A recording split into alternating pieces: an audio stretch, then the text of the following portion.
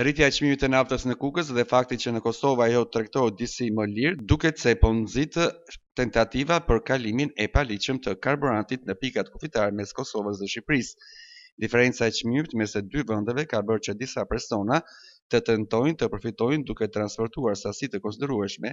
nafte në mënyrë të kundërligjshme. Si rezultat i kontrolleve të shtuar në hyrje dhe dalje të territorit shqiptar, me qëllim parandalimin dhe goditjen e paligjshmërive në kufi, specialistët për hetimin e krimeve në drejtorinë vendore të kufirit dhe emigracionit Kukës kanë finalizuar një rast të kontrabande me karburant. Gjatë kontrolleve të ushtruar në pikën e kalimit kufitar Shtavec në hyrje të Republikës së Shqipërisë, shërbimet e policisë kufitare ndaluan për verifikim një automjet që drejtori nga një shtetas 55 vjeçar, thuhet në njoftimin zyrtar të drejtorisë vendore të policisë Kukës.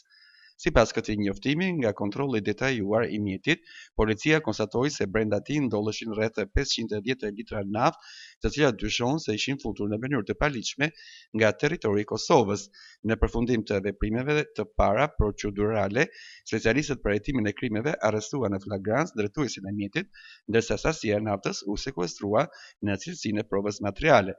Materialet e procedurale janë referuar prokurisë pranë gjykatës së Kukësit, ndërkohë që policia kufitare bën me dije se kontrollet në pikat e kalimit kufitar dhe në zonat e përreth do të vijojnë të jenë të shtuara me qëllim parandalimin e kontrabandës dhe çdo aktivitet tjetër të paligjshëm në kufir mes Shqipërisë dhe Kosovës.